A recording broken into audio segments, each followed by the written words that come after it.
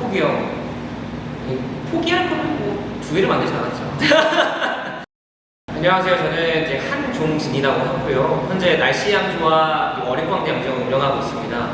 저희가 그 양조장을 두 개나 운영한다고 해서 되게 어색하긴 한데 되게 소규모 양조장이에요. 식전주 전문으로 만들고 있는 이제 어릿광대 양조장이라고 있고요. 주로 식전주 위주의 술들, 그러니까 파인다이닝에 들어가거나 혹은 일반적으로 사람들이 반주랑 할 수 있게끔 만드는 술들을 만들고 있습니다.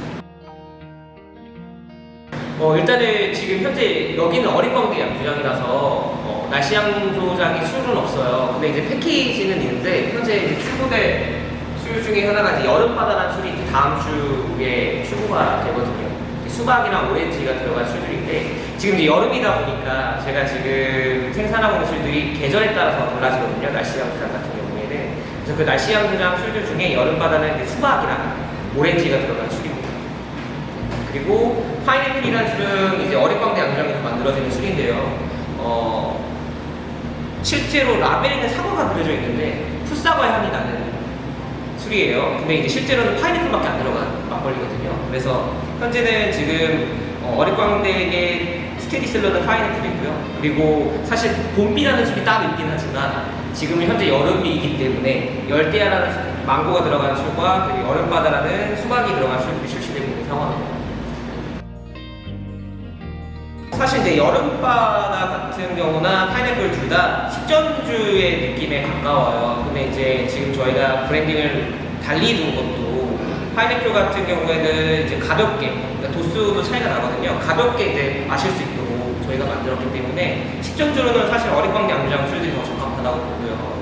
근데 식전주 아니더라도 파인애플이나 그리고 저희가 라임이랑 패션 후르츠가 들어간 스톡홀름 신드롬이라는 술이 있어요. 그 술들은 대부분 이제 육류라든지 그리고 숙성회, 그리고 육회 이런 것들랑 어울리는 편이고요. 그리고 이제 여름바다 같은 경우에는 개인적으로는 저는 이제 샐러드랑 먹는 걸 추천하는 편입니다.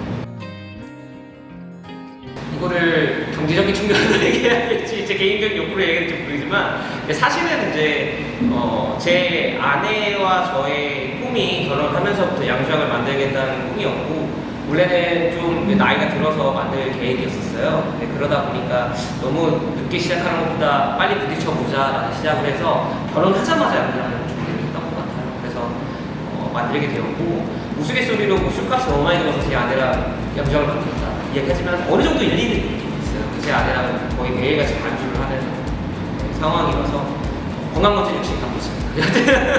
네. 그래서 술을 워낙 좋아하다 보니까 양조장도 자연스럽게 하게 되었고 사실은 원래 맥주 쪽에 더 관심이 많았다가 맥주 쪽은 처음에 저희가 이제 정통주를 하기 전에 봤을 때는 너무 레드오션이나 생각을 했어요. 근데 정통주 같은 경우는 지금 엄청나게 이제 많은 양조장들이 생기고 2년 만에 서울에 있는 양조장이 34개에서 69개로 바뀔 정도로 많이 성장하고 있는 상황인데 그때 시작을 했었지 않았으면 나중에 후회했을 거라는 생각이 들고 있어요. 그래서 빠르게 시작한 거에 대해서는 전혀 후회가 없고 그런 부분들이 있고 가장 큰 목적은 이제 술로 돈을 버는 거죠. 네. 하지만 지금 계속 많이 없습니다. 네. 내려가게 되면 대부분 전라도 쪽으로 가야 할 가능성이 큰 게 과실이라든지 저희가 주로 쓰는 이제 부재료들이 과실이 많다 보니까 그런 과실들이 좀 유의미하게 많이 생산하는 곳이 전라도 쪽이거든요. 그래서 쌀도 마찬가지고 그래서 그쪽으로 내려갈 계획을 하고 있는데 지금은 서울에 있는 양조장이 소규모주를 제주로 연하다 보니까 인터넷 거래가 안 되는 편이거든요. 그래서는 내려가서는 인터넷 거래를 할 수 있게끔 시스템화 시키려고 하고 있고 그리고 기존에 있었던 날씨 어릿광대 양조장은 계속 지속하게 막걸리를 생산할 예정인데 날씨 양조장은 이제 약주 쪽으로 해서 변경을 해서 저희가 출고하려고 계획 중에 있습니다. 일단은 이제 안 좋은 얘기 할게요. 슬픔은 이제 계속 마이너스를 하는 거죠. 원래 이제 제가 웨딩 포토그래퍼라는 본업이 있는데 그 본업에서 들어오는 이익들을 다 이제 양조장에 넣고 있는 상황이기 때문에 사실 돈을 많이 벌지 못하면 재미가 없잖아요. 그 재미의 원동력이 떨어지긴 하지만 그래도 이제 술 다 믿고 이제 아내랑 한잔할 때 그 기분이 제일 좋은 편이라 사랑도 못하고 있습니다. 포기요. 포기할 거면 뭐 두 개를 만들지 않았죠. 네, 포기할 거면 두 개를 만들지 않았죠. 일단은 주세법상으로 술을 구분하는 용도 거지 그런 부분들에 대해서는 기초적으로 뭐 농진청이나 세무서나 다 이야기가 나오고 자생적으로 노력을 하려고 하고 있는 것 같아요. 근데 이제 근본적으로 시스템이 변화가 되려면 세금을 많이 낼 수 있는 사업의 파이가 돼야 돼요. 일단은 정책적인 것들을 요구하는 것보다 일단은 지금 전통주 규모 시장이 지금 현재 9% 정도밖에, 주류 시장에서 9% 정도밖에 되지 않아요. 그 규모가 점점 커져야 가능하다고 생각을 하거든요. 이게 이제 희석식 소주라든지 맥주에 대한 파이들을 뺏어온다는 게 아니고 어느 정도 그 정도 선까지는 가야만 정책적인 것들이 힘이 받는데, 사실 지금 많은 양조장이 있지만 매출이 높은 곳들은 좀 극소수예요. 대부분 영세하게 버티고 있는 경우들이 많기 때문에 그런 파이들을 키워야 한다는 게 제일 큰 것 같아요. 제일 좋은 정책은 세금 문제나 이런 것들인데 그런 거는 이미 잘 시행되고 있다고 보고 있어요. 면허에 대한 문제들과 그 인터넷 거래에 대한 이야기들이 계속 나오고 있지만 그런 부분들이 활성화가 되려면 저는 일단은 시정부 정책보다는 정통주 업계에서 술을 잘 만들어내고 잘 만들어서 파이가 커져야 힘도 생기는 거고 세금을 많이 내야 힘이 생기는 거거든요. 그래서 시장 규모 자체가 커져야 한다는 게 가장 중요하다고. 그래서 양주장이 많이 생기는 거에 대해서 저는 오히려 경쟁업체가 생겼어 거부감이 전혀 없고요. 일단은 양주장들이 더 많이 생기고 더 좋은 술들이 많이 나와야 같이 이제 나눠 먹을 수 있는 그런 여건이 된다고. 제가 요새 이제 부산에 어떤 한 양주장도 없고 제가 이제 서류적인 논의나 컨설팅을 하고 있어요. 컨설팅을 하고 있는데 일단 제일 중요한 거는 저한테 오시면 제가 컨설팅 비용을 좀 다른 업체보다 싸게 해드릴 수 있으니까 언제든지 문의 주시면 되고, 왜 그러냐면 제가 면허 중에 주류 면허 중에 안 내본 면허가 없어요. 도매업 내봤고, 그리고 소매업 내봤고, 일반 수업 내봤고, 그리고 양주장도 2개 내봤잖아요. 그래서 세무사랑 친하대요.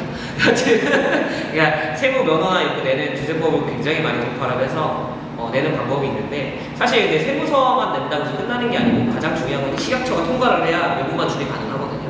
그거를 못하는 경우들이 굉장히 많아요. 예전에 어떤 한 양조장은 다 해놓고 설비까지 다 해놨는데 허가를 식약처에서 안 해줘서 다 이전해야 돼서 마이너스 한 1, 2억 찍는 것도 있었어요. 그래서 이거를 잘 알아보시고 여기가 식약처에 허가가 될 수 있는 부지인지 아닌지 그런 부분들이 잘 아셔야 될 것 같고, 사실 바로 양장을 만들자마자 잘 되는 것도 있겠지만 아닌 경우들이 많아요. 그래서 유지비라든지 그런 것들이 되게 중요하다고 생각을 하거든요.